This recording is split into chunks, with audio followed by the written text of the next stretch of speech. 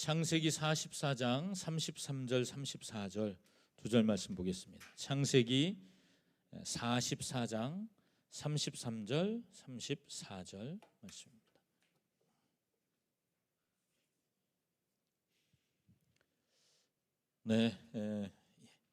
하나님이 오늘 우리 가운데 주신 창세기 44장 33절 34절 말씀 함께 읽겠습니다. 시작. 이제 주의 종으로 그 아이를 대신하여 머물러 있어 내 주의 종이 되게 하시고 그 아이는 그의 형제들과 함께 올려보내소서. 그 아이가 나와 함께 가지 아니하면 내가 어찌 내 아버지에게로 올라갈 수 있으리이까. 두렵건대 제 해가 내 아버지에게 미침을 보리이다. 아멘.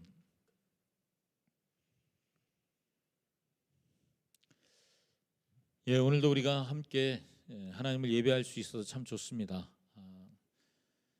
함께 또 온라인으로 예배하시는 하나님의 사람들 주의 이름으로 축복하고요.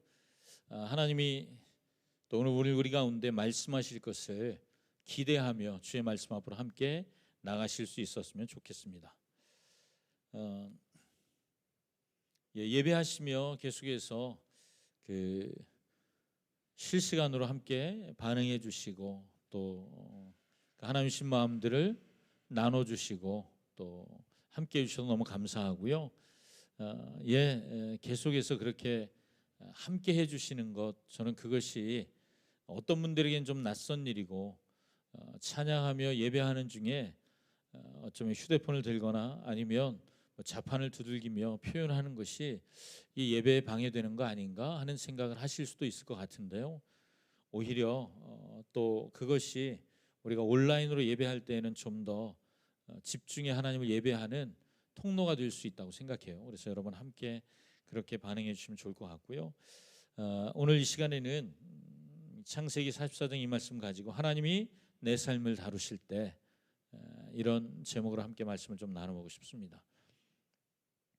저는 몹시 피곤하거나 아니면 몸이 좀 컨디션이 좋지 않다 싶을 때 제가 아내에게 부탁해서 그 부항 있잖아요. 그 부항을 뜨거든요. 이제 그렇게 한두 번 정도 하면 몸이 좋아지는 걸 제가 경험을 하니까 그래서 컨디션이 안 좋을 때 제가 저희 집에서 가정용 실리콘 부항기로 부항을 떠달라고 제가 아내에게 부탁을 해요.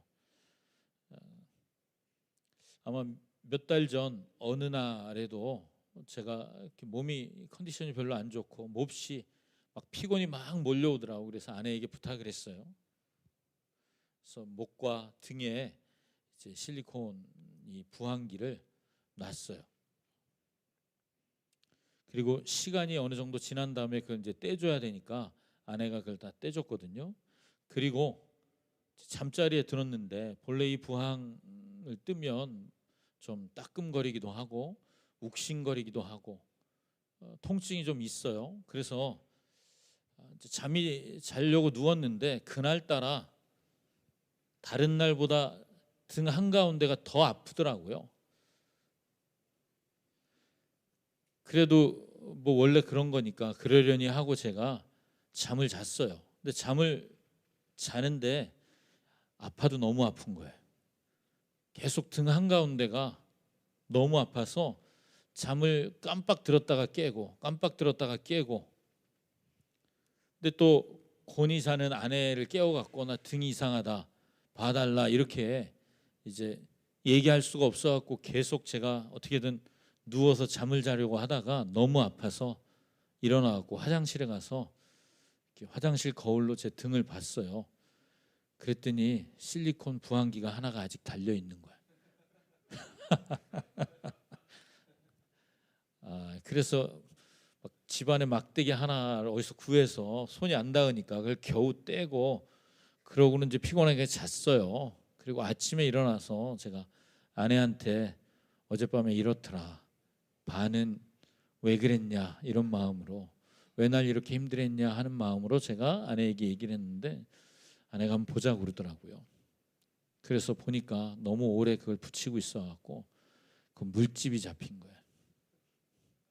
제가 이거 치료하는데 여러 날 걸렸습니다. 여러분에게 보여드릴 수는 없지만 제가 등 한가운데 링을 갖고 있어요. 흉터가 나왔어요.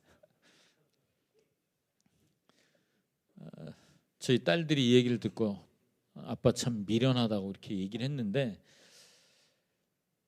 일 처리를 깔끔하게 못하면 몸이 고생하는구나, 뭐 이런 사실을 제가 이 사건을 통해 배웠습니다. 우린 종종 제가 생각을 해봐요. 이게 통증이 다른 날과 다르게 좀 심할 때 얼른 일어나서 확인을 했더라면 그럼 그렇게 고생을 안 했을 텐데, 저도 그냥 다른 날보단 좀 더 아프겠거니 하고 그냥 잠을 자보려고 애를 쓴 거예요. 우리가 종종 이렇게 하는 것 같아요. 몸이나 마음이 통증을 느끼잖아요. 그런데 몸도 느끼지만 내 마음에도 통증이 느껴지잖아요. 감정에도 그 통증이 느껴질 때 우리가 무시하며 그냥 지나가죠. 내 앞에 닥치는 어떤 상황이나 아니면 지금 풀어야 할 어떤 관계들이 더 중요하게 여겨지니까 그 자리에서 그냥 우린 버티고 견디고 그러면서 지나가는 거예요. 그게 우리에겐 선택할 수 있는 유일한 방법인 것처럼. 하지만 그 고통이 빨리 지나가길, 또 빨리 벗어날 기회가 있다면 그러면 버티고 견디는 것은 어리석은 선택이 되는 거죠. 제가 그런 사람이었어요. 버티고 견디면 안 되는데 버티고 견뎠던 거예요. 종종 하나님 우리 삶에서 우리가 느끼지도 못하는 사이에, 때로는 우리가 깨닫지 못하는 순간에도 하나님은 하나님의 일을 행하시는 분이십니다. 아멘. 저는 오늘 그 시간을 하나님이 쉬지 않고 내 삶에서 내가 미처 깨닫지 못하거나 내가 미처 느끼지 못하는 시간에 일하시는 그 하나님을 이렇게 표현하고 싶어요. 하나님이 나를 다루시는 시간이다. 그러니까 하나님이 내 삶에서 나를 다루시는 때가 있다는 거죠. 물론 모든 순간이 그렇지는 않아요. 모든 고난이, 모든 고통의 시간이 하나님이 나를 다루시는 때라고 다 말할 수는 없을 겁니다. 그렇지만 많은 순간에 하나님은 내가 만난 사건을 통해서 또 어려워진 어떤 관계를 통해서 하나님의 일을 행하시는 분이시죠. 하나님이 내 삶에 개입하셔서 나의 삶을 다루는 시간이라는 겁니다. 내가 그 상황에서 반응하기 시작하면 하나님의 다룸 안에 내가 들어가게 되는 것이고, 또 그냥 일상에서 어제도 있었고 오늘도 있는 일처럼 당연하게 여기고 버티자, 견디자 그렇게 마음 먹는다면 하나님의 다룸 밖에서 우리는 생활하게 될 것입니다. 자, 오늘 우리가 본문의 이야기에서 우리는 요셉의 형제들의 이야기를 봅니다. 요셉의 형제들이 어렵게 아버지를 설득해서 그래서 막내 베냐민을 데리고 요셉을 만나러 애굽으로 다시 갔습니다. 베냐민을 꼭 데려와라. 그것이 총리인 요셉의 요구사항이었죠. 그래서 요셉의 형제들이 아버지를 겨우 설득해서 베냐민을 데려간 거예요. 그리고 다시 만난 요셉이 아주 특별한 호의를 베풀어서 말하자면 총리의 공관에 이 형제들만 따로 초대를 해서 식사를 대접합니다. 오히려 이런 대접이 이 형들은 훨씬 부담스러웠죠. 그런 부담스러운 시간에 융숭한 대접을 받는 그 시간을 보낸 다음에 이제 그들이 편안하게 아버지가 기다리고 있는 가나안으로 돌아가고 있었습니다. 그런데 일이 꼬이기 시작한 거예요. 그들의 의도와는 다르게 애굽을 출발하자마자 추격대가 따라왔는데 총리의 은잔을 훔친 사람이 있다는 거예요. 그리고 베냐민이 도둑으로 몰리죠. 여러분, 이건 그들에게뿐만 아니라 그들의 아버지 야곱에게도 최악의 사건입니다. 이제 그들은 요셉 앞으로 달려가서 이 문제를 풀어야 하는 거예요. 이 문제를 빨리 풀어야, 그래야 베냐민을 아버지에게 데려갈 수 있죠. 자, 그런데 그런 위기의 상황을 만났을 때 그때 문제를 풀기 위해 나서는 사람이 누구였죠? 여러분 혹시 아세요? 요셉의 아들들 중에 유다였습니다. 사실 유다는 서열로 따지자면 넷째 아들이에요. 르우벤이 있고 시므온이 있고 레위가 있고 그리고 유다, 넷째 아들이에요. 그런데 어느새 유다가 형제들 중에서 지금 리더의 역할을 감당하고 있습니다. 유다는 이제 나이가 많은 아버지와 베냐민, 그 막내 베냐민이 어떤 관계에 있는지, 그 나이 많은 아버지가 막내 아들을 어떻게 생각하고 있는지 그 이야기로 지금 요셉을 설득하려고 해요. 이들은 아직 지금 요셉이 자기 동생인 줄 모르고 있어요. 그래서 총리를 지금 어떻게든 설득해야 하는 거예요. 아버지에게 아들이 지금 12이 있는데 그 중에서도 진짜 아들처럼 여기는 아들이 둘이 있었는데 그 중에 하나는 사라졌고 지금 이 막내가 바로 그런 아들인데 이 아들 데려가야 합니다. 자, 여러분, 똑같은 아들들인데 게다가 동생들이에요. 거긴 막내 동생 둘인데 그런데 평생 아버지에게 아들로 인정받지 못한 그런 아들들의 서름을 여러분 아십니까? 글쎄 저도 겪어보지 않아서 잘 모르겠네요. 얼마나 서럽겠어요? 상처도 있고. 그런데 그들이 지금은 오히려 아버지의 안위를 걱정하고 있어요. 유다는 어떻게 해서든 지금 베냐민을 살려서 가나안 땅에 데려가려고 합니다. 그래서 유다가 꺼내놓는 이 협상안이 뭐였죠? 대신 내가 남을 테니까 베냐민을 좀 보내주십시오. 여러분, 내가 베냐민 대신 희생할 테니까 베냐민을 데려가십시오. 그냥 남는 게 아니라 종으로 남겠다고 고백하잖아요. 내가 노예가 될 테니까, 내가 당신의 노예로 당신을 섬길 테니까 베냐민을 좀 보내게 해주십시오라고 부탁하는 이 부탁이요, 여러분 구약 성경에서 첫 번째로 나오는 다른 사람을 위해 자신의 것을 포기하는 이야기예요.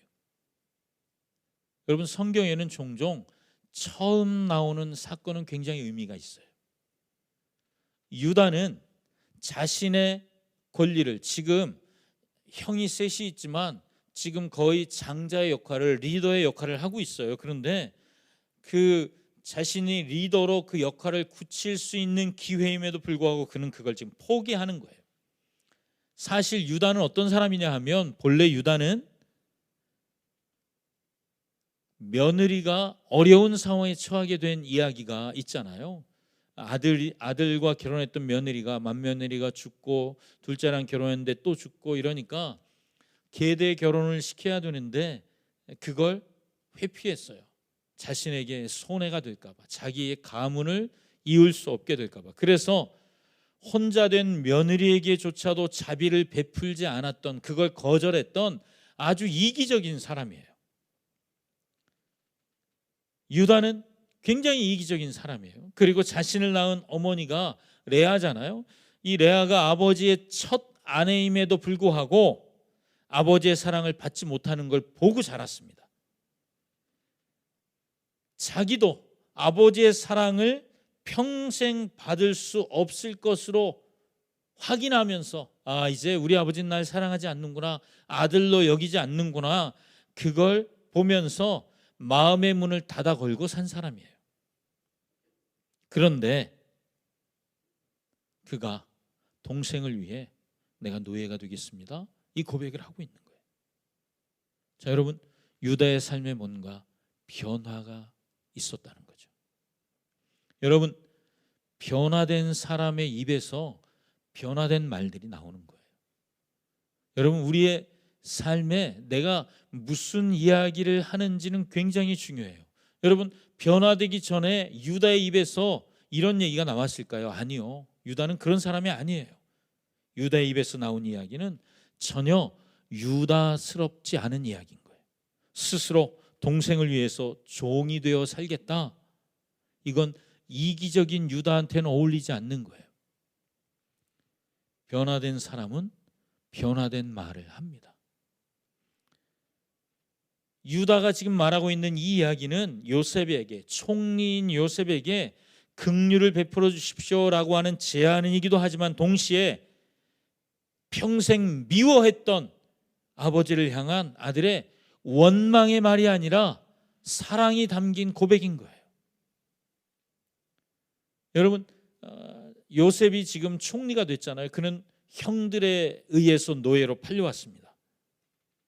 배신, 이 배신으로 인한 분노, 원망, 그게 그 속에 가득했을 수 있었는데 그가 하나님의 뜻을 깨닫고 그 뜻 가운데 순종하는 사람으로 요셉이 변화되었다면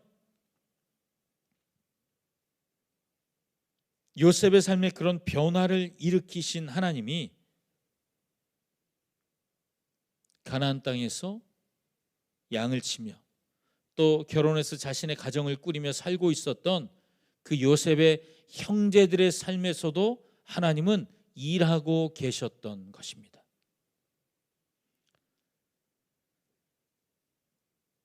예전에 아주 오래된 찬양 중에 그런 찬양이 있어요. 왜 나만 겪는 고난이냐고 불평하지 마세요. 그리고 그 중간에 이런 가사가 있어요. 너무 견디기 힘든 지금 이 순간에도 주님이 일하고 계시잖아요. 너무 견디기 힘든 지금 이 순간에도 주님이 일하고 계시잖아요. 이런 가사가 있거든요. 여러분, 우리가 상상하지 못하는 시간, 나는 전혀 예상하지 못하는 때에도, 그리고 나와 관계된 사람들, 어쩌면 내가 미워하고 원망하고 나하고 가까울래야 가까워질 수 없다고 생각하는 사람들 속에서도 지금도 하나님은 일하시는 분이시라는 거예요. 우리가 이해할 수 없는 사건 앞에서도, 상황 앞에서도 여전히 성실하게 일하시는 하나님, 그 하나님 덕분에 오늘 내가 있는 거죠. 자, 여러분, 지금 겨우 아버지를 설득해서 데려온 그 베냐민, 막내 아들, 그 베냐민이 우리 아버지에게 어떤 아들인지를 지금 구구절절히 설명해야 했던 유다의 마음이 어땠을까요? 아까 말씀드린 것처럼 유다의 어머니 레아는 평생 아버지의 마음을 얻지 못했어요. 여러분, 이걸 아들들이 보는 거예요. 아버지의 사랑이 누구를 향하는지, 아버지의 사랑이 어디로 향하는지 이 아버지 야곱이 너무 티를 내니까 모를래야 모를 수 없는 거예요. 여러분, 로맨티스트예요, 야곱이. 내 마음엔 오직 한 사람만. 그런데 그렇지 않은 거예요. 나머지 아들들의 마음속에는 비수가 박히는 시간인 거죠. 유다의 어머니는 남편의 사랑을 경험하지 못하고 살았어요. 근데 이 엄마가 낳은 아들들도 마찬가지였습니다. 아버지 마음은 언제나 라헬, 다른 요셉과 베냐민의 엄마에게만 그 마음이 가 있고, 그리고 라헬이 낳은 두 아들 요셉과 베냐민만 그 사랑이 향하는 거예요. 여러분, 이게 자라는 아이들에게 얼마나 큰 상처가 되는지 여러분 상상하실 수 있잖아요. 그 결과 그 상처를 가지고 살았던 그 아들들이 결국 어떤 삶을 사는지를 성경이 말해주잖아요. 그 아들들은, 그 큰아들이었던 르우벤은 온통 자신의 상처를 정욕을 통해 풀어버려요. 둘째, 셋째 시므온과 레위는 늘 짝꿍으로 나오는데요, 묶여서 나오는데, 이 시므온과 레위를 상징하는 단어는 폭력이라는 단어예요. 그러니까 시므온과 레위는 자신의 상처의 스트레스를 폭력으로 풀었죠. 자, 여러분, 그리고 넷째가 유다예요. 유다에게는 상처가 없었을까요?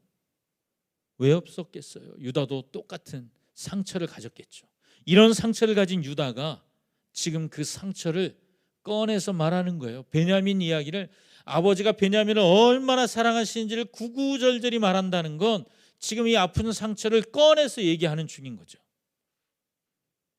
그런데 그 꺼내서 얘기할 때 우리는 가끔 내 아픈 상처를 꺼내 얘기하면 내가 얼마나 힘들었는지, 내가 그것 때문에 얼마나 마음이 아팠는지 막 얘기하다 혼자 막 화가 나고 신경이 나고 눈물 쏟아지고 그럴 것 같은데, 유다가 말하는 걸 들어보니까요, 내가 얼마나 힘들었는지 이런 원망의 말이 아니라 오히려 상처를 준 아버지를 걱정하는 말을 하고 있어요.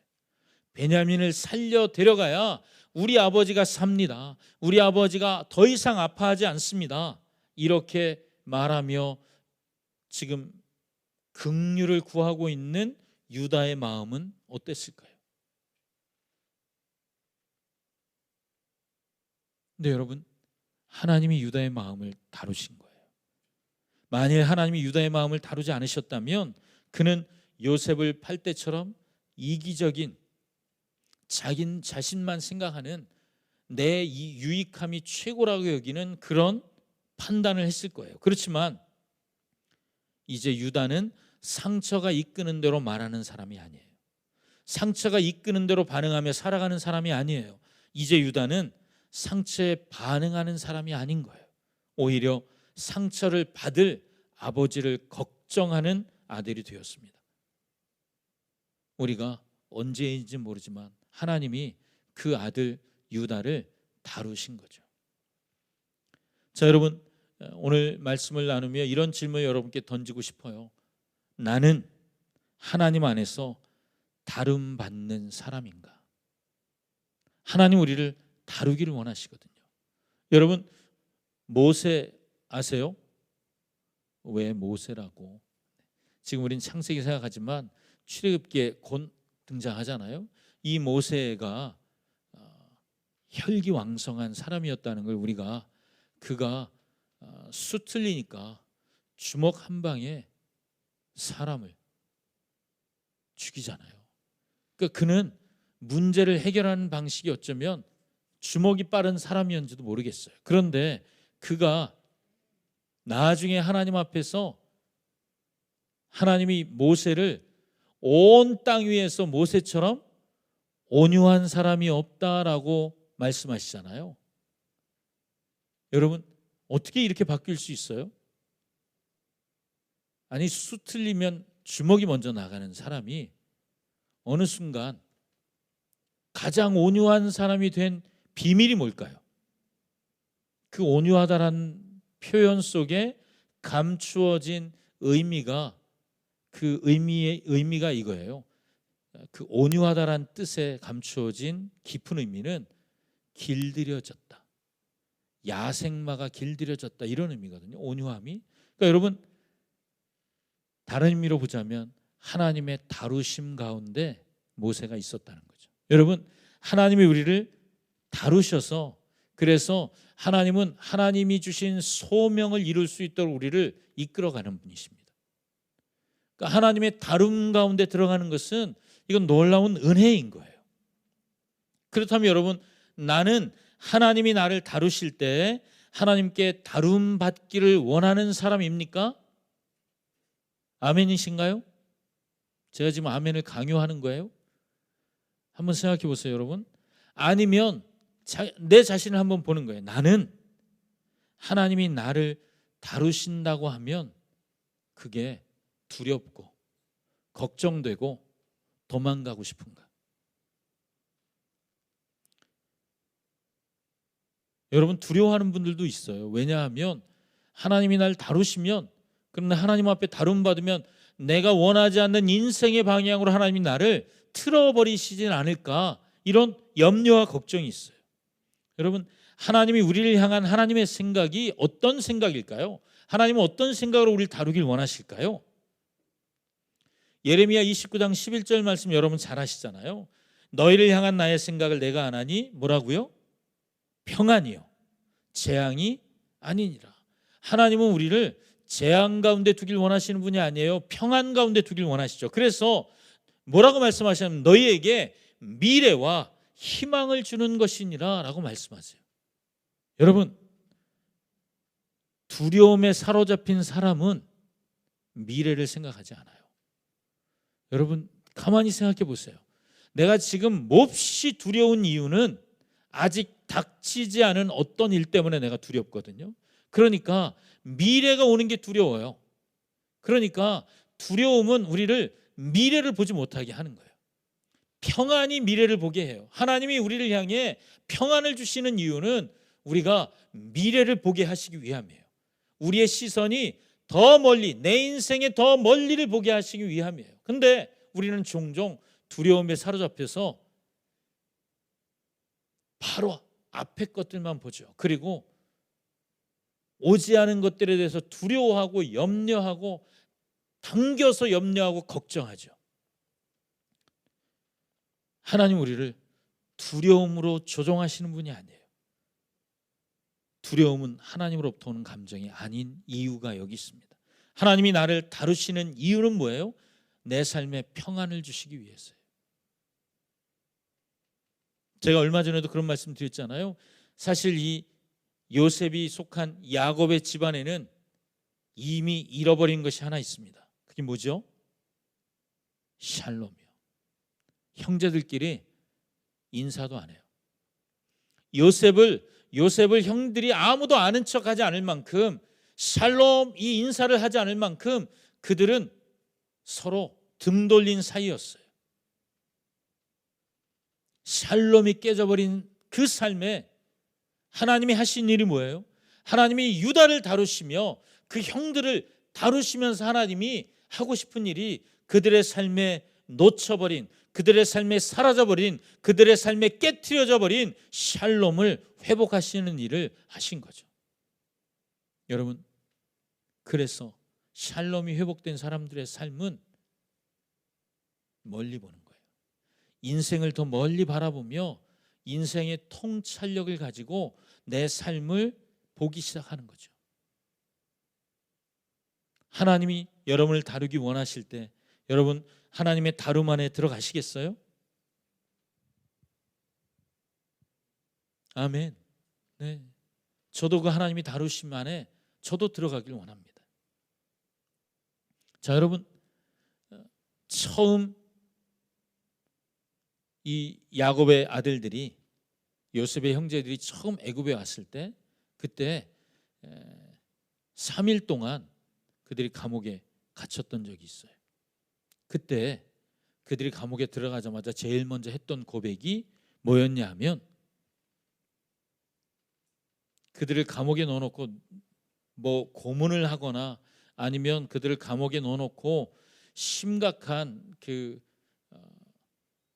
겁을 주거나 그런 일이 없는데 그들이 그 감옥 안에 가자마자 자연스럽게 고백한 말이 뭐냐 하면 우리가 요셉 때문에 이 일을 당하는구나 이렇게 고백을 해요.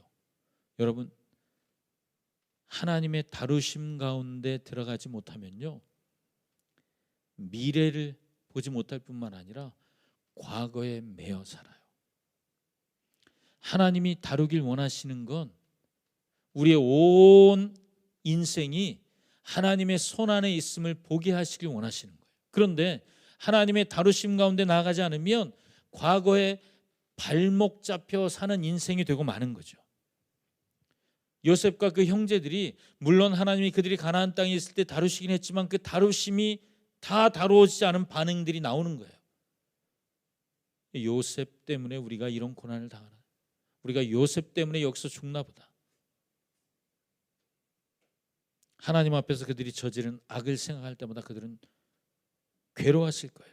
하나님 앞에서 상처를 꺼내놓고 다루는 일이 쉬운 일은 아니었을 겁니다. 하지만 그들이 어느 순간 그 시간을 통과했고요, 그들은 상처를 다루기 전에는 상상도 못했던, 아버지 얘기만 나오면 막 화가 나고 분노가 올라오고, 그리고 서로 아버지 없는 곳에 모여갖고 아버지 뒷담화를 해야 속이 풀렸던 그들이었어요. 그런데 이제는 아버지가 상처받지 않도록 일을 도모하는 사람이 되었다는 거죠.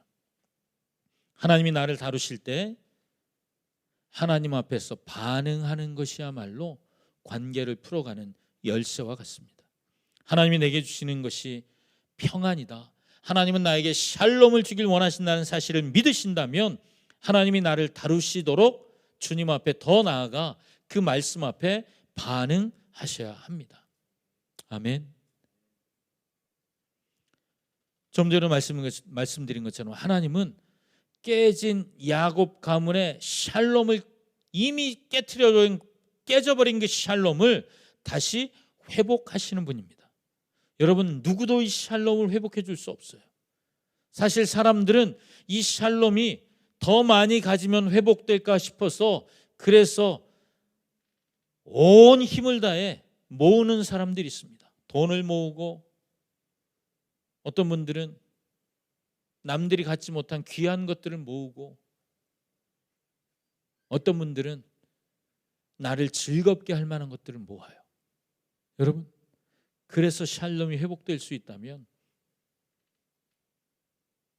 성경이 모으라고 하셨을 거예요. 그런데 그렇지 않아요. 누구도 깨어진 샬롬을 회복할 수 없어요. 오히려 감정의 골만 깊어질 겁니다. 누구도 봉합할 수 없는 이 깨어진 관계, 아버지와 아들의 관계를 하나님이 봉합하시는 거예요.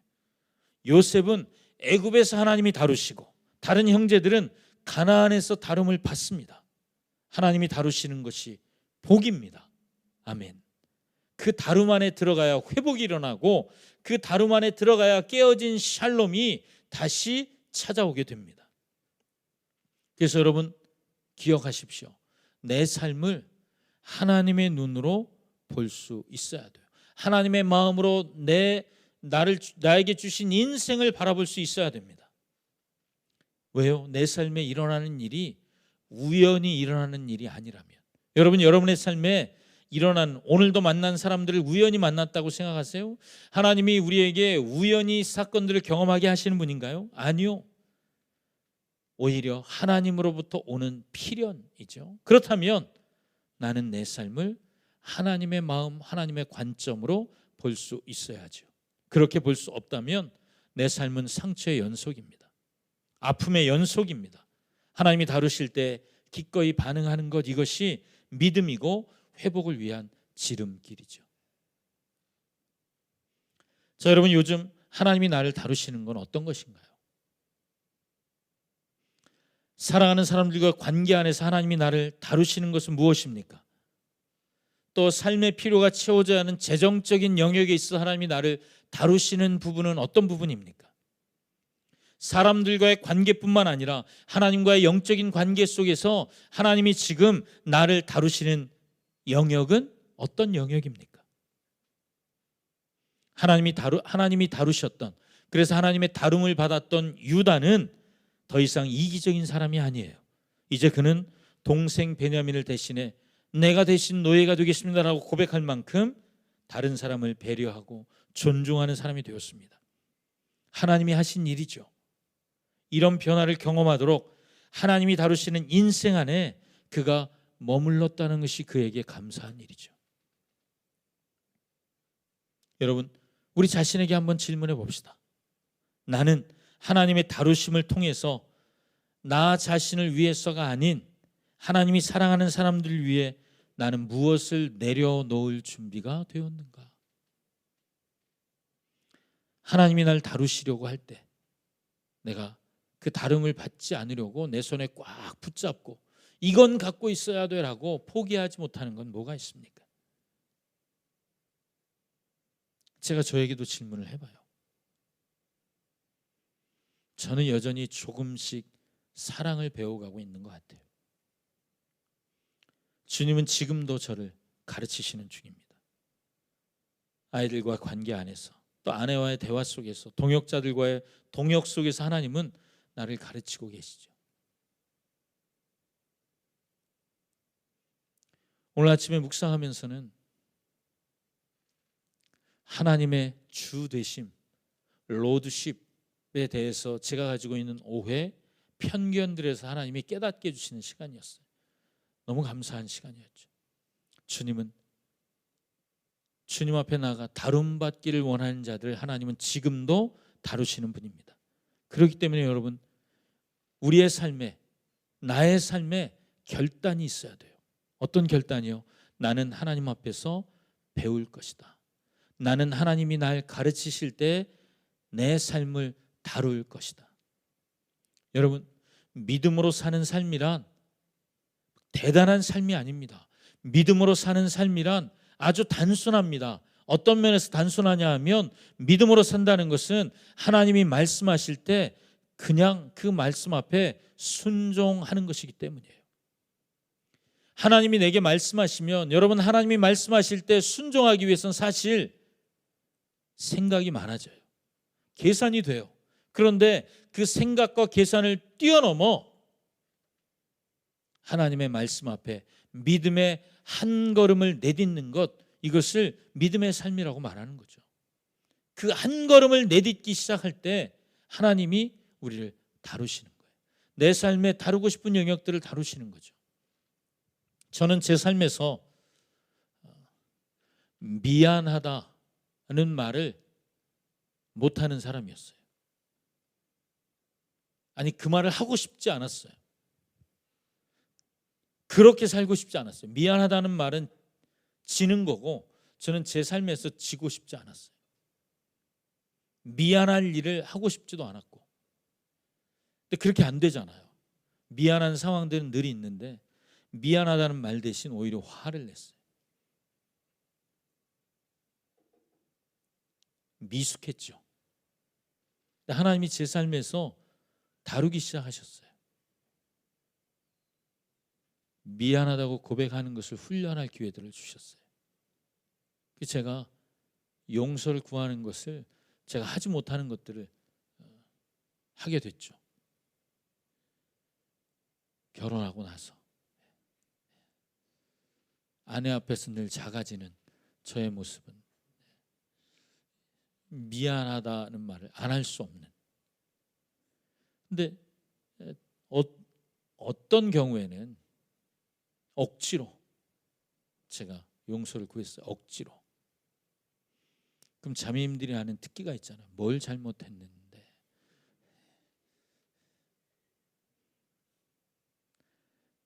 근데 그게 훈련이었어요. 그래서 하나님 앞에 반응해 보려고. 그래서 전보다는 지금 훨씬 더, 그때보다는 좀 나아졌어요. 미안하다고 용서를 구하는 일들이. 근데 여전히 미숙하죠. 배워가고 있습니다. 믿음의 삶은 하나님 앞에서 배우는 삶입니다. 여러분, 혹시 여러분의 미래를 생각하지 않고 지나가는 날이 있나요? 내일을, 모레를, 앞으로 살아갈 날, 닥칠 일들을 생각하지 않고 그냥 지나가는 날들이 있어요. 저는 생각해보면 하루도 없는 것 같아요. 한 번쯤은 뭐 내일이든 일주일 후든 한 달 후든부터 시작해서, 아니면 아직 먼 오지 않은 날들까지 우리가 미래에 대한 생각들을 합니다. 근데 여러분, 나의 미래를 생각하고 그 미래를 준비해야 된다고 내가 그렇게 내 마음에 다짐하는 만큼 기꺼이 내가 나의 미래를 위해서 대가를 치르지 않는다면 내가 생각하는 미래는요, 판타지예요. 공상이 될 가능성이 아주 많아요. 내가 치러야 할 대가를 치르지 않는데 미래가 잘 되겠지, 그게 공상이라니까요. 내가 지금 현재 하나님의 말씀 앞에서 나의 믿음의 삶으로 반응하지 않는다면 나의 미래가 좋아지겠지? 아니요. 내가 오늘을 다루어야 내일이 평안한 거예요. 그래서 하나님은 오늘 우리에게 오늘을 다루게 하시는 거죠. 그래야 하나님이 미래와 소망을 주실 수 있다고 말씀하시는 거예요. 여러분, 내가 치러야 할 대가가 각자 다를 거예요. 여러분에게 무엇입니까? 글쎄요, 어떤 분은 상처 앞에 직면하며 나가야 하실 거예요. 어떤 분은 하나님의 말씀에 순종해서 누군가를 찾아가 용서를 구해야 할지도 모르겠습니다. 또 어떤 분은 하나님의 말씀 앞에서 믿음으로 용기를 내어 믿음의 한 걸음을 떼어야 할 수도 있습니다. 가보지 않은 길, 해보지 않은 일을 도전해야 할 수도 있습니다. 근데 여러분, 그 대가를 치르신다면 하나님이 우리의 삶을 다루기 시작하실 것이고, 나는 생각지도 못했던 놀라운 미래를 하나님 우리의 삶에 열어 가실 것입니다. 아멘.